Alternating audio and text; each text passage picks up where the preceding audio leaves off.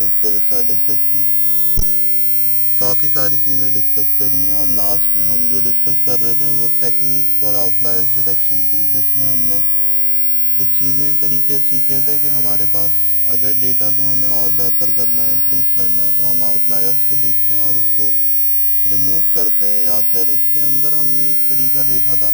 अब वो तरीका रिलेटेबल होगा आज के ही पार्ट में, यानी कि वो चीज़ याद रहनी चाहिए जो पिछले उसमें की थी आउटलायर डिटेक्शन में। यानी कि हमने एक तो देखा था कि भाई हम रिमूव कर सकते हैं, जो आउटलायर्स आ रहे हैं वो वाली रॉज भी रिमूव हो जाएंगी। लेकिन दूसरा क्या पैटर्न है हमारे पास कि हम दूसरा तरीका ये कर सकते हैं कि हम वहाँ पर एन ए वैल्यूज इम्प्यूट करके आए थे। यानी कि जब हम पहले देख लें कि भाई डेटा सेट जो हमारे पास था उसमें हमने एक काम किया था, और वो क्या किया था, अगर यहाँ पर हम स्टूडेंट अपडेटेड एग्जाम स्कोर जो हमने नई फाइल सेव करी थी वो भी यहाँ पर मौजूद है। वहाँ पर क्या किया था, जहाँ आउटलायर्स आ रहे थे एग्जाम स्कोर की अगर बात करें तो हमने क्या किया था, हमने एन ए वैल्यू डाली थी। तो इसका मतलब है ये एन ए वैल्यू ऐसे तो नहीं रहेगी, यानी कि ये डेटा सेट अभी भी इनकम्प्लीट है, क्योंकि ये टोटल वैल्यूज कितनी थी, 104 वैल्यूज थी हम जो देखते हुए आ रहे थे।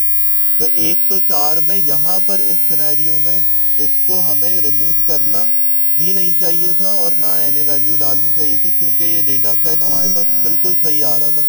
यानी कि इसमें हमारे पास स्टैंडर्ड डेविएशन, मीन, सब कुछ बराबर आ रहा था, आउटलायर हटाने के बाद भी और आउटलायर के साथ भी। लेकिन हम फॉर प्रैक्टिस यहाँ पर देख रहे हैं कि भाई हम क्या कर सकते हैं। तो एन ए वैल्यू जो है इसको हमें कुछ करना पड़ेगा, यानी कि ये ऐसे नहीं रह सकती, डेटा को पूरा करना है, बेहतर बनाना है ताकि आगे की चीज़ें तुम्हारे पास इम्प्रूव हो। तो वो चीज़ हमारे पास यहाँ पर एन ए की जगह फिल करनी है, और उसको हम क्या बोलते हैं, उसको यहाँ हम टॉपिक पे क्या बोलेंगे कि भाई जो मिसिंग वैल्यूज हैं उसको कैसे हैंडल किया जाए। तो यहाँ पर यही नाम लिखा हुआ है, हैंडलिंग मिसिंग वैल्यूज। यानी कि वो जो मिसिंग वैल्यूज को हैंडलिंग, अब नाम इसको यूं क्यों दिया है, क्योंकि यहाँ पर एन ए को क्या बोलेंगे, मिसिंग वैल्यू बोलेंगे। यानी कि जो हमारे पास एन ए वैल्यू है वो इसका मतलब है कि भाई नॉट अवेलेबल है, और उसमें हमें क्या करना है, उसमें हमारे पास कुछ तरीकेकार होते हैं कि हम उसको डिफरेंट टेक्निक से हैंडल कर सकते हैं। तो वो डिफरेंट टेक्निक्स क्या है कि एक जो बात करते हुए आ रहे थे हम, रिमूवल टेक्निक, यानी कि रिमूव कर दिया जाए। हमारे पास अगर आउटलायर भी आ रहा है, अब इसमें मिसिंग वैल्यू भी है और आउटलायर भी है, तो अगर है तो रिमूव कर दिया जाए। दूसरी चीज है कि उसको रिमूव नहीं किया जाए, और उसका रीजन क्या था, रिमूव ना करने का रीजन क्या है, बताया था मैंने कि रिमूव करते हैं तो क्या होता है, अगर हम एन ए वैल्यूज वाले को रिमूव कर देंगे या फिर आउटलायर को रिमूव कर देंगे अगर ज़्यादा है, क्या होगा, डेटा मिस हो जाएगा। तो उसके अगेंस्ट में हमारे पास दूसरा तरीका है, अगर डेटा मिस होने के चांसेस हैं तो हमारे पास दूसरा पैटर्न क्या है, इम्प्यूटेशन टेक्निक। इम्प्यूट करना मतलब क्या होता है, डालना, यानी कि उसके अगेंस्ट में रिप्लेसमेंट में कोई चीज़ डालना। यानी कि जो हमें डेटा सेट में एन ए वैल्यू नज़र आ रही है तो उसको हम हटाने के बजाय वहाँ पर वैल्यू डाल दें। वो वैल्यू कैसे डालेंगे, उसके लिए हमारे पास तरीके होते हैं कुछ। तो वो तरीकेकार क्या है, वो तरीकेकार यहाँ पर ये लिखे हैं। अब उससे पहले जो लिखा हुआ वो तरीके हमें पता है कि क्या होता है, तो रॉ को डिलीट करते हैं, क्या करते हैं। यहाँ जो इम्प्यूटेशन वाले तरीके हैं वो क्या है कि या तो हम मीन मीडियम से इम्प्यूट कर दें जो हमने पढ़ा था, और या तो हम मोड से इम्प्यूट कर दें। और इसमें भी हमने जो पढ़ी है चीजें वही है, replace missing values with the mean, अगर क्या केस हो कि हमारा डेटा कैसा हो, सिमेट्रिक, यानी कि नॉर्मल डिस्ट्रीब्यूटेड अगर नजर आ रहा है तो हम क्या कर देंगे उसमें, हम उसमें मीन की वैल्यूज इंक्लूड कर देंगे। यानी कि हर एन ए की जगह मीन आ जाएगा। जहाँ जहाँ एन ए मिसिंग है, जहाँ जहाँ हमारे पास एन ए नजर आ रहा है वहाँ पर अगर मीन की वैल्यू फर्स्ट कर लो 68 आ रही है, तो वहाँ वहाँ क्या होगा, 104 जगहों पर 68 वैल्यू प्लेस कर दी जाएगी। सही, अगर सिमेट्रिक होता है। अगर मेरी डेटा की शक्ल कैसे होती है, स्क्यूड होती है, तो हमें पता है कि हमारे पास बेस्ट क्या है पैटर्न, कि हम मीडियन को इस्तेमाल करें। सही, तो वही सारी चीजें आ रही हैं एज अ बैलेंस, जो चीजें देखी है, तो कहीं ना कहीं हर चीज का कनेक्शन मौजूद है। मोड क्या है, मोड भी हमने पढ़ा है, मोड कहाँ इस्तेमाल होता है, मोस्टली कैटेगोरिकल डेटा में। यानी कि जब कैटेगोरिकल डेटा की बात हो रही है वहां एन ए वैल्यू एग्जिस्ट करती है, तो वहां पर तुम क्या करोगे, वहां पर तुम मोड का इस्तेमाल करोगे। सही। और इससे पहले जो स्लाइड में लिखा हुआ है वो क्या है, रिमूवल टेक्निक है, यानी रिमूव करने के लिए हमने तो एक तो चीज डिस्कस करी थी रॉस, कि हमारे पास रॉस रिमूव कर दी जाए, लेकिन वहां पर क्या खर्चा है, may lead to loss of information, मेरे पास पूरी रॉ डिलीट हो जाएगी अगर ज्यादा है। तो केस क्या है कि कम होगी तो डिलीट करें। कॉलम भी डिलीट किया जा सकता है, यानी कि वहां पर मेरे पास मुझे नजर आ रहा हो कि भाई डेटा की तादाद ही नहीं है, यानी कि 1% डेटा हो और 99% क्या हो, एन ए वैल्यू। ऐसा अगर केस है, 1% डेटा का क्या करूंगा, उसमें मैं एन ए वैल्यू फिल कैसे करूंगा, फिल ही नहीं हो पाएगी और उसकी लॉजिक नहीं बनेगी, तो वो क्या है, मैं कॉलम ही हटा दूंगा सिरे से। सही, तो ये भी केस हो सकता है। सही, डिपेंड करता है कि डेटा हमारे पास क्या बता रहा है। तो यहाँ तुम्हें क्या करना है, यहाँ पर यही केस है कि भाई हम इसी को लेके चल रहे हैं, जो हमने आउटलायर्स निकाले उसमें हमने एन ए डाला, तो एन ए डाल के करना क्या है, एन ए डाल के हमने उसमें रिप्लेस करना है। तो अब उसकी डेटा की शक्ल देखनी है और उसके बाद उसको देखना है कि भाई हमारे पास क्या केस आ रहा है और उस पर इम्प्यूटेशन कर देंगे।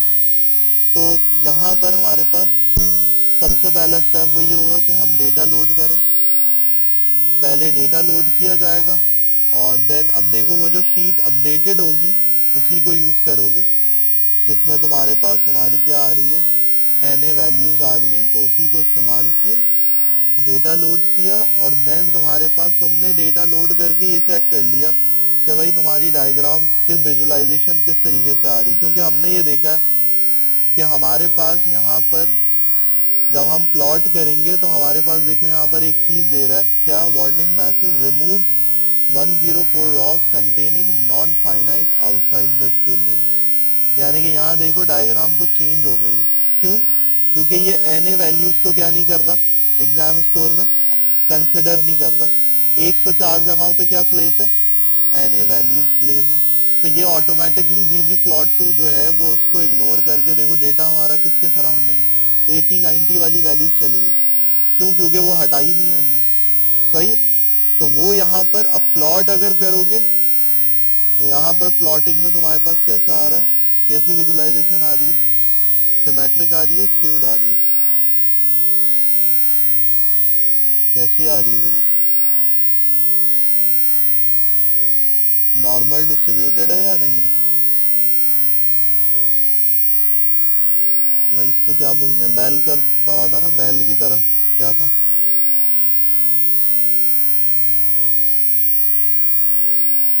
अच्छा ये बताओ यहाँ कौन सी चीज फिट करेगी, मीन बेहतर रहेगा, मीडियम, अगर एनी वैल्यूज को रिप्लेस करना है इनकी, क्या हो गया भाई, नॉर्मल डिस्ट्रीब्यूटेड क्या था, नॉर्मल डिस्ट्रीब्यूशन इसी को बोलते हैं। मेरा डेटा नॉर्मल यही पहचान है कि मेरे पास क्या है, बेल कर्व आ रहा है, बेल कर्व का मतलब है बेल शेप में मेरे पास शो कर रहा है डेटा, वो इसलिए कर रहा है कि हमारे पास जो 80-90 वाले थे वो क्या हो चुके हैं, वैल्यूज हटा दी हैं और वहां पर एन ए वैल्यू रिप्लेस किया हुआ, तो यहाँ पर इस तरीके की शक्ल मौजूद है मेरे। तो अब मेरे पास स्लाइड में चीज लिखी हुई थी, तो मैं क्या करूंगा, आया कि मीन को यूज करूंगा या मीडियन को, बताओ।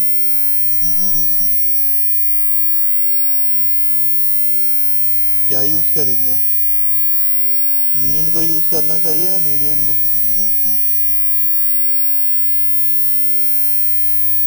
क्या लिखा हुआ यहाँ पर, लिखा हुआ भी है with the mean for symmetric data. Symmetric क्या है, सिमेट्रिक का दूसरा नाम क्या है, नॉर्मल डिस्ट्रीब्यूटेड डेटा।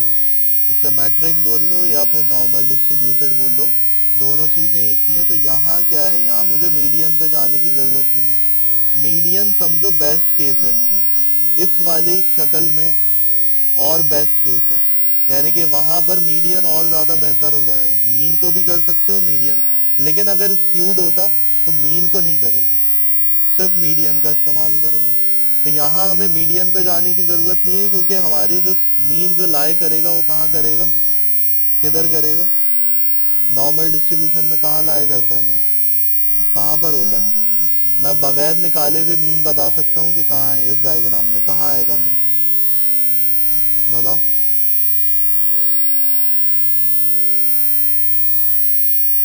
कहाँ पर आएगा? स्टैंडर्ड डेविएशन और मीन पढ़ा था ना हमने। मीन हमेशा सेंटर में होता है, तो यहाँ कहाँ पर होगा? 65 और 70 के दरमियान में मीन होगा, यानी कि इसका मीन कितना 68 पॉइंट समथिंग आ रहा था, तो वो यही होगा सेंटर में। तो यही चीज़ है नॉर्मल डिस्ट्रीब्यूशन। तो यहाँ देखो, अब सबसे पहली चीज़ है अगर चेक करना है, अब यहाँ पर तुम्हारे पास पहली चीज़ है, यहाँ पर देखो फंक्शन लिखा हुआ है एन फंक्शन दिया हुआ है आर में। तो आप इसमें डेटा सेट में चेक कर रहे हो कि भाई एन एग्जिस्ट करता है, तो ये तुम्हारे पास एक वैल्यू रिटर्न करेगा जो कि बुलियन में होगी। इसने सब में चेक किया और इसने बता दिया कि हाँ भाई कहीं ना कहीं एन एग्जिस्ट करता है, ट्रू, लेकिन ये नहीं पता कौन से कॉलम में एग्जिस्ट करता है। सही। अगला स्टेप क्या है? दूसरी चीज के कितने एन। अब डेटा सेट, अब फर्ज कर लो तुमने पहले ही डेटा सेट लोड किया कोई दूसरा, उसमें एन वैल्यूज थी, तुम चेक करना चाह रहे हो, तो वो भी केस हो सकता है। तो यहाँ पर क्या है, यहाँ पर इस डॉट एन तो कर रहे हो, लेकिन बाहर क्या लिखा हुआ है? सम, यानी कि कैलकुलेट करके बताओ कि भाई टोटल सम कितना है। ये तो सही है कि एन है, तो यहाँ पर तुम्हारे पास टोटल सम कितना आ गया? 104। वही वाली चीज आ गई जो अब वहां पर इतने कैलकुलेशन करके देख के आए थे। ये क्या है स्टेप है? ये वो वाली चीज है जो आंसर करेगा तुम्हें कॉल सम कि कॉलम बाय कॉलम क्या बता देगा तुम्हें, सारे एन वैल्यूज के काउंट बता देगा। यानी कि मेरे पास एग्जाम स्कोर में कितनी एन वैल्यूज हैं, मेरे पास परफॉर्मेंस में कितनी है, प्रीवियस स्कोर में कितनी है, जितने भी कॉलम्स हैं उसमें मेरे पास ये डेटा सेट में चेक करके मुझे रिटर्न कर देगा कि भाई आया कि एन वैल्यूज कितनी। अब देखो, हमने तो एन खुद डाली थी इम्पिटेशन करने के लिए, तो यहाँ जीरो है सब जगह, सिर्फ एक ही जगह बता रहा है एग्जाम स्कोर में 104। अगर कहीं और होती तो वो यहाँ पर भी रिटर्न करता मुझे। सही। उसके बाद तुमने अगर डेटा देखना है तो डेटा भी देख सकते हो। उसका तरीकेकार क्या है? स्टूडेंट एरे में डाला और वही केस तुमने एरे में डाल के रख दिया कि मुझे रॉस चाहिए, मुझे एग्जाम स्कोर के हिसाब से कि जहां जहां एन मौजूद है, एन जहां जहां एग्जिस्ट करता है, उन रॉस का व्यू आ जाएगा मेरे पास। उन रॉस का व्यू कैसे आएगा कि मेरे पास सारी एन वैल्यूज जो हैं वो यहाँ पर, अब देखो 104 एंट्रीज आ गई, यानी कि ये पूरी वो वाली रॉज निकल के आ गई यहाँ पर एन एग्जिस्ट करता है एग्जाम। सही। तो यहाँ क्या करना है? हमें वैल्यू इंप्यूट करनी है। मेन पार्ट क्या है कि हमारे पास वैल्यू इंप्यूट होनी चाहिए। अब दोनों केसेस हैं, अगर स्क्यूड होगा तो मैं क्या इस्तेमाल करूंगा? मीडियन। अगर मेरे पास नॉर्मल डिस्ट्रीब्यूटेड होगा तो मीन। तो ये इम्प्यूटेशन का तरीकेकार। अब देखो मीन कैलकुलेट कैसे करना है, वही तरीकेकार लिखा हुआ है, देखो यहाँ पर मीन कैसे कैलकुलेट करना होगा कि मुझे क्या रिमूव करके रखना होगा? एन वैल्यू, यानी कि मुझे इन एन वैल्यूज का रिजल्ट जो है वो नहीं देखना होगा। यहाँ पर भी एन वैल्यू आ रही है, वो मुझे कंसिडर यहाँ नहीं करनी होगी। यहाँ पर डेटा सेट में कहीं पर भी एन वैल्यू एग्जिस्ट करती है तो वो यहाँ पर नहीं इंक्लूड होनी चाहिए, जो अभी हमने निकाल के देखी। सही। यहाँ पर ये जो है, यानी कि इन रॉस को हटा देगा 104 वैल्यूज को, इसके अलावा जितनी रॉस होंगी उन रॉस का मीन कैलकुलेट हो जाएगा। यानी कि उसमें 64 है, 68 है, कुछ भी मीन आया, हमने मीन पहले भी निकाला था, एनए को हटा के निकाला था, पहले एनए मौजूद ही नहीं था। तो वो मीन क्या करवा रहा हूँ मैं, ये जो एरो साइन रिप्रेजेंट कर रहा है कि भाई जहां जहां मेरे डेटा सेट में क्या है, एनए एग्जिस्ट करता है, वहां वहां इस मीन को क्या कर दो? डाल के रख दो। सही। तो यहाँ पर तुम्हारे पास जहां जहां प्रेजेंट होगा एनए, जो हम यहाँ पर देख के आए थे, इधर क्या करेगा वो? एक एक जगह पे उस मीन की वैल्यू को प्लेस कर देगा। तो अब वो क्या होगा कि एनए वैल्यू हमारी क्या हो जाएगी? पूरी फुलफिल हो जाएगी। तो मैंने अगर ये कर दिया तो नीचे वाले चलाने की जरूरत नहीं है, क्योंकि ये दूसरा केस है कि अगर स्क्यूड होता तो ये उसकी एग्जाम्पल है कि अगर किसी डेटा सेट में स्क्यूड होगा तो मैं इसको करूंगा। तो यहाँ क्या हुआ? यहाँ पर ये जो हमने देखा था, इसका मतलब है अब ये वैल्यूज क्या हो चुकी हैं? क्या हो चुकी हैं ये वैल्यूज इस लाइन को चलाने के बाद? ये एनए वैल्यूज क्या हो चुकी होंगी? क्या हो चुकी होंगी? क्या किया हमने इस लाइन में? क्या किया? क्या कैलकुलेट करके मीन को किस में डाल दिया है, जहाँ जहाँ एन ए वैल्यूज थी वहाँ पर ये मीन जो है वो क्या हो गया एग्जाम स्कोर में रिप्लेस कर दिया गया। तो ये वैल्यूज अब होनी चाहिए एन ए, इस लाइन के चलाने के बाद एन ए वैल्यूज एग्जिस्ट करेंगी, नहीं करनी चाहिए, क्योंकि इम्प्यूट कर दिया। इसी को इम्प्यूटेशन कहते हैं। हमने मीन की वैल्यू को इम्प्यूट करवा दिया, मीन की वैल्यू को इम्प्यूट करवा दिया, ये लाइन चला दिए। यहाँ पर दोबारा आके चेक करेंगे तो क्या होगा, रिजल्ट मेरा क्या चेंज हो जाएगा कि जो एन ए वैल्यूज को वो दिखा रहा था रॉस को, तो अब मेरे पास नल वैल्यू है। क्यों है, क्योंकि भाई उसमें फिल हो चुकी है वैल्यू। कौन सी वैल्यू फिल हो चुकी है, वो यही मीन की वैल्यू, जितना भी मीन आ रहा है वो वैल्यू तुम्हारे पास यहाँ पर आ चुकी है। और उसको वेरीफाई करना है, वेरिफिकेशन के लिए ggplot को यहाँ पर तुम दोबारा चलाओगे तो तुम्हारे पास अब डायग्राम में तो चेंज नहीं आने वाला, क्योंकि वैल्यूज उसने क्या कर दी है, उसमें डाल दी है। और दूसरा केस ये हुआ है कि तुम्हारे पास नॉर्मल डिस्ट्रीब्यूशन में चेंज हो। अब मैं अगर इस फंक्शन को अगेन चलाता हूँ तो क्या आना चाहिए मेरे पास, जहां पर एन ई एन ए में क्या रिटर्न कर रहा था वो, पहले ट्रू कर रहा था, अब क्या आना चाहिए, फॉल्स आना चाहिए। अगर किसी और कॉलम्स में होगा तो फिर ट्रू देगा वो, जब तक उसको नहीं कर। लेकिन अभी एक ही में था तो यहाँ पर मेरे पास क्या रिजल्ट आ रहा है, फॉल्स, फॉल्स आ रहा है। और सम भी करेंगे, यहाँ हमारे पास आउटपुट क्या आएगा, जीरो, क्योंकि अब कोई एग्जिस्ट नहीं करती। तो वह हमें ऐसे चेक नहीं करना कि हम जा जाके वैल्यू देखेंगे कहाँ कहाँ फिल होगी। हम डायरेक्ट फंक्शन को यूज करके वेरीफाई करेंगे कि भाई आया कि हमारे पास सारी चीजें सही हो गई। अब कॉल सम्स में जहाँ एग्जाम स्कोर में क्या दे रहा था 104 दे रहा था, वहां पे जीरो हो चुका। तो ये स्टेप हर कॉलम के लिए होता है। हर कॉलम में अगर है ऐसा डेटा सेट, ये तो बहुत आइडियल डेटा सेट है पढ़ाने के लिए, 6607 वैल्यूज का। ऐसा केस होता है कि यहाँ नल होंगी वैल्यूज, यहाँ पर भी नल होंगी, तो उसको यही वेरीफाई किया जाता है कि आया कि क्या किया जाए, उसको आया कि रिमूव किया जाए या फिर उसको कुछ और किया जाए। तो ये सब चीजें हमारे पास क्या होती हैं, इस तरीके से चल रही होती हैं। तो यहाँ पर अब यूं करते हैं, तो यहाँ तुम्हारे पास पूरे 6607 एंट्रीज में क्या होगा, सारी वैल्यूज जो है वो पूरी फुलफिल हुई होंगी। तो इससे हुआ क्या, इससे फायदा ये हुआ कि मेरे पास वो जो 104 रॉस डिलीट होने वाली थी वो बच गई। और उस 104 रॉस में मैंने क्या किया, रिप्लेसमेंट कर दी, रिमूव कर दिया, और रिमूव नहीं किया, रिप्लेसमेंट करके वैल्यू को डाल के रख दिया।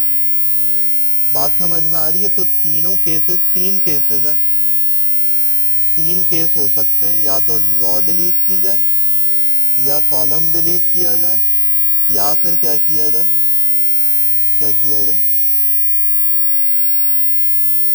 रिप्ले इम्प्यूटेशन कर दिया, इम्प्यूट कर दिया जाए वैल्यूज को फॉर आफ्टर वेरिफिकेशन के आया कि क्या चीज होनी चाहिए।